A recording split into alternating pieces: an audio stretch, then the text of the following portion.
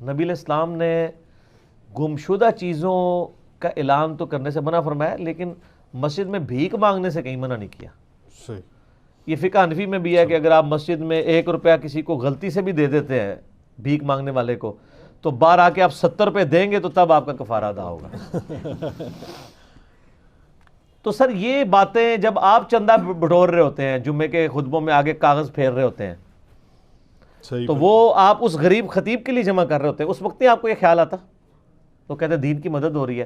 تو دین کی مدد صرف مدرسوں کی اور غریب خطباء کی اور امام مسجدوں کی مدد ہے، اور باقی غریبوں کی مدد نہیں ہے۔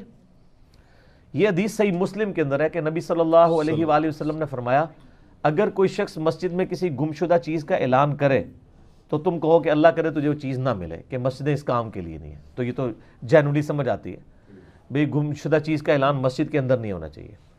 اسی کا ایک طریق جو ہے وہ جامعہ ترمذی میں ہے، اس میں یہ الفاظ بھی موجود ہیں کہ تم یہ کہو کہ تمہیں وہ چیز نہ ملے، اور ساتھ یہ الفاظ ہیں کہ اگر مسجد میں کوئی خرید و فروخت کرے تو اس کو کہو کہ اللہ تعالیٰ تجھے نفع نہ دے، کہ مسجدیں جو ہیں وہ بازار کے لیے تو نہیں بنائے گئے۔ وہ صحیح مسلم میں حدیث ہے کہ اللہ تعالیٰ کو سب سے پسندیدہ چیزیں مسجدیں ہیں اور سب سے ناپسندیدہ بازار ہیں۔ ناپسندیدہ سے مراد یہ ہے کہ وہاں صرف ضرورت کے لیے جایا جائے، جیسے کہ ٹوائلٹ میں آپ جا کے لیٹ تو نہیں سکتے نا، صرف ضرورت کے لیے جائیں گے۔ بالکل صحیح۔ ٹوائلٹ بھی کوئی پسندیدہ جگہ تو نہیں ہے نا، صرف ضرورت کے تحت ہی جایا جاتا ہے۔ کوئی بھی ذی شعور شخص وہاں پہ زیادہ وقت گزارنا پسند نہیں کرے گا۔ تو اس حوالے سے تھا، اس طریقے سے بخاری مسلم میں آتا ہے جو پیاز کھاتا ہے وہ مسجد سے دور رہے، مسجدیں اس کام کے لیے نہیں بنائی گئی ہیں کہ آپ مسجدوں میں بدبودار چیز، یعنی مسجد کا ایک پروٹوکول ہے۔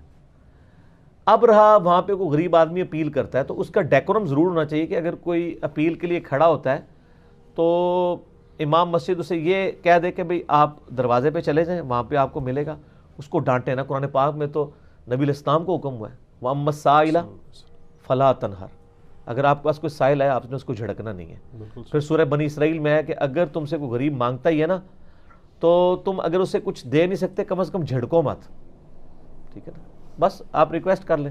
یہاں پہ خطیب کیا ہوتے ہیں وہ جھڑکنا اس لیے شروع کر دیتے ہیں کہ اگر اس کی مدد کر دی تو ہمارے چندہ باکس میں نہیں ڈال کے جائیں گے۔ بالکل صحیح۔ پیچھے انٹینشن یہ ہوتی ہے۔ ہونا تو یہ چاہیے کہ اگر کوئی غریب ہے اور واقعی اس کا جینون کیس ہے، وہ خطیب کا کام ہے کہ وہ اناؤنسمنٹ کروائے۔ مولانا اسحاق صاحب رحمہ اللہ تعالیٰ، آپ ان کے جمعے کے خطبے سنیں نا تو ہر جمعے کے خطبے میں وہ اناؤنسمنٹ کر رہے ہوتے تھے، ایک بندہ غریب آیا باہر اس کی مدد کر دیں، یہ کتابیں بیچنے والا آیا ہوا ہے، دینی کتابیں باہر اس نے لگائی ہوئی ہیں، اس کی بھی مدد ہو جائے گی، آپ یہ کتابیں دینی خرید لیں اس سے۔ اس طرح کی یعنی وہ ترغیب دلا دیتے تھے۔ زبردست۔ اور یہ سنت بھی ہے، دیکھیں صحیح مسلم میں بڑی ڈیٹیل حدیث ہے، بڑی مشہور حدیث ہے۔ نبی علیہ السلام کے پاس کچھ نیو مسلمز آئے، کسی کے پاؤں میں جوتیاں نہیں ہیں، کسی کے کپڑے پورے نہیں ہیں، ٹھیک ہے، اور ان کی حالت بھی ایسی ہے جیسے ان کے فاقے ہیں۔ تو نبی علیہ السلام کا دل پسیج کیا، صحابہ کہتے ہیں آپ کا چہرے مبارک کا رنگ فک ہو گیا۔ آپ علیہ السلام نے حضرت بلال کو بلا کے کہا اذان دو، نماز کا ٹائم تھا، آپ نے اذان دلوائی۔ صحیح مسلم کے الفاظ ہیں ممبر لگایا گیا، سب سے پہلے آپ نے سورہ نساء کی پہلی آیت تلاوت کی، کیا لوگوں اس رب کا تقوی اختیار کرو جس نے تمہیں ایک جان سے پیدا کیا، پھر اس جان سے اس کا جوڑا بنایا، یعنی سیدنا آدم سے سیدہ حوا، پھر ان دونوں سے کثیر تعداد میں مرد و عورت زمین پر پھیلا دیے۔ اس اللہ کا تقوی اختیار کرو جس کی وجہ سے تم رحمی رشتوں کا خیال رکھتے ہو۔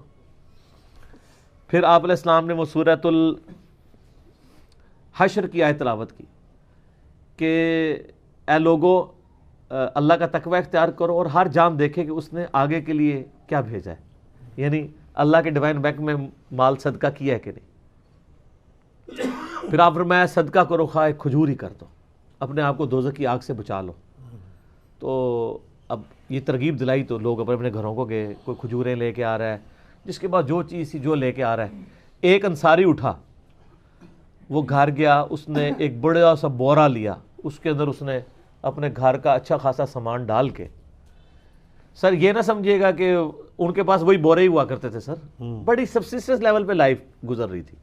وہ پورا بورا جناب بھر کے، صحیح مسلم کے الفاظ ہیں، وہ صحابی لے کے آئے، اور صحابہ کرام کہتے ہیں وہ اتنا وزنی تھا کہ وہ بڑی مشکل سے ہی اٹھا رہا تھا، گھسیٹتا لڑکھڑاتا ہوا مسجد کے سین میں لا کے اس نے رکھا۔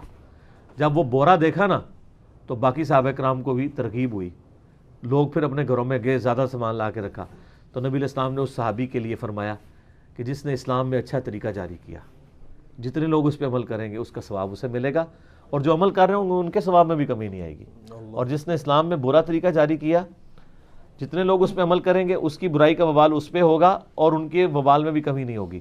یہ جو ہمارے بریلوی بھائی وہ اچھی بدعت اور بری بدعت میں پیش، اس میں الفاظ ہیں سنت حسنۃ اور سنت سیئۃ.